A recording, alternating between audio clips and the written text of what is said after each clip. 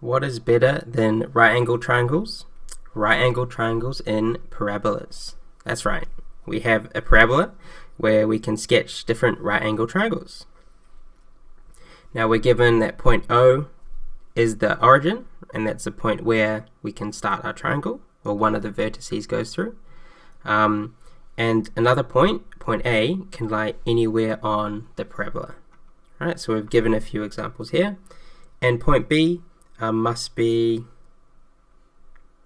have they given a restriction for B? No, just looking at it, it must be less than M, right? Less than the x-intercept. Because if we go below it, then we've flipped the triangle and it can't be right angle as well. So our task is to find an expression in terms of M for the maximum possible area.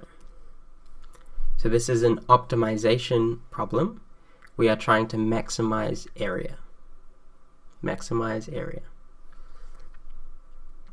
So with that in mind, we first should be thinking about finding an equation for the area of the general triangle.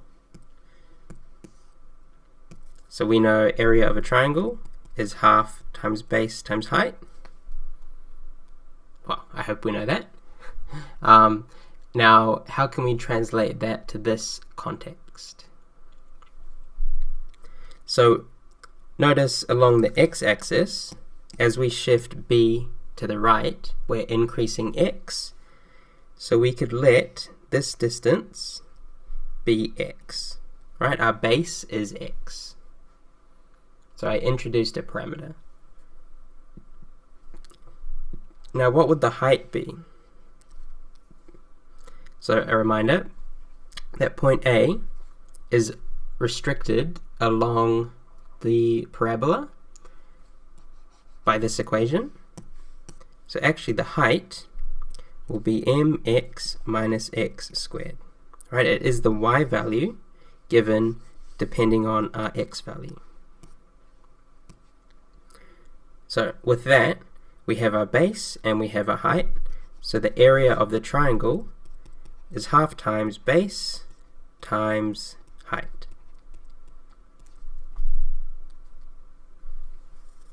Alrighty, so that's looking good. So we're maximizing area, which is why we wanted to find an equation for area.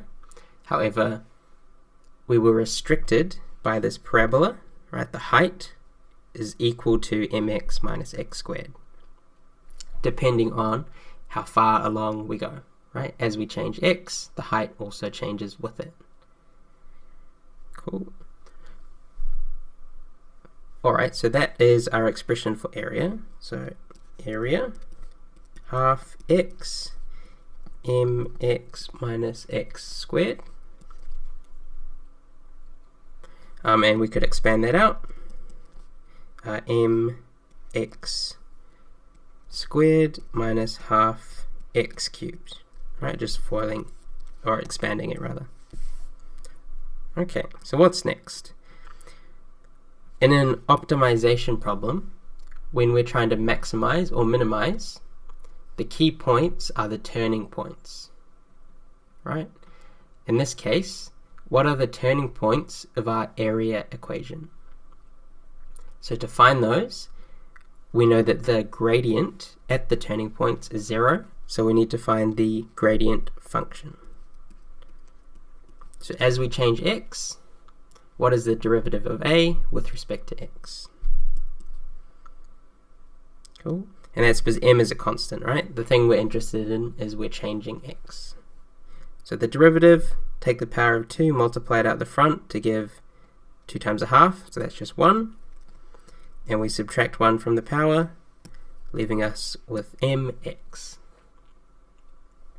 The derivative of the second term, take the power of 3, multiply it out the front, gives us minus 3 over 2, and then we subtract 1 from the power, leaving us with minus 3 over 2x squared. Alright, so that is the derivative of a. Now, like we said, we want the turning points, so we'd say turning points when the derivative, or the gradient, is equal to 0. So we set the gradient equal to 0 and solve for x. So mx minus 3 over 2 x squared.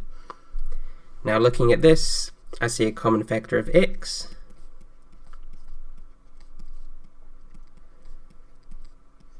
Alright, and now solving for x, we know either x needs to equal 0 or m minus 3 over 2 x equals 0. Right, because they are multiplying to give 0. So either x equals 0 or m minus 3 over 2x equals 0. In other words, 3 over 2x equals m, or x equals 2 over 3m.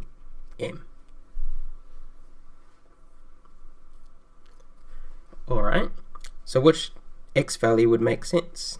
So if x was 0, what would our triangle look like? Well, that would be right here. Our triangle would be a point, right? Its height would be 0, its base would be 0, so its area would be 0. So that's not very helpful. So that means the maximum must occur when x equals 2m over 3. Maximum area when x equals 2 over 3m, as if x equals 0, area would be 0. Alright, so that's clearly our minimum. Now the question did ask, find an expression in terms of m for the maximum area. So far, we know the turning point, the x value, but we need to translate that to the maximum area. So to do that, we will substitute our x value of the turning point in for area. Yeah, or maybe actually using the expanded form. So let's do that next. So we have a max, maximum area, is half times m times x squared, where x is 2 over 3m. And then subtract half times x cubed. 2 over 3m cubed. Alright, and I mean technically we are done. However, it is best practice to expand and simplify. So let's do that next. So 2 over 3 cubed is 4 over 9, squared, m squared, minus half. 2 over 3 cubed is 8 over 27 m cubed. What's that? 4 over 18 m cubed minus 8 over, well actually if that cancels, that would be 4 over 27 m cubed. Yep. And then combining the fractions. Pro tip, use your calculator. Menu run maths. So we're combining 4/18, and then we're subtracting 4 over 27. And as a fraction, we can hit the FD button. So that's 2 over 27 m cubed would be our final answer. Alright, so let's just step through that one once more. So we were given the problem that we had to draw a right angle triangle underneath this parabola with a few constraints. We were trying to maximize the area. So our first step was to introduce the parameter x so that we could find an expression for the base and the height so that we could write an equation for area. Now we're maximizing area, so we differentiated it, and the turning points occur when the gradient is 0. So we set the derivative equal to 0 and solved for x.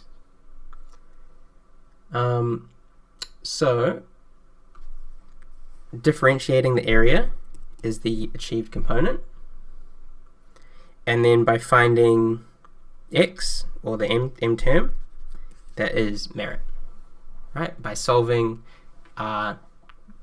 derivative, setting it equal to 0, that's the merit component. And then finally acknowledging that it's a maximum when x equals 2 over 3m, substituting it into our area equation and solving for the area in terms of m is the excellence component. Alrighty, I'm going to go eat my lunch now. Have a good day, bye.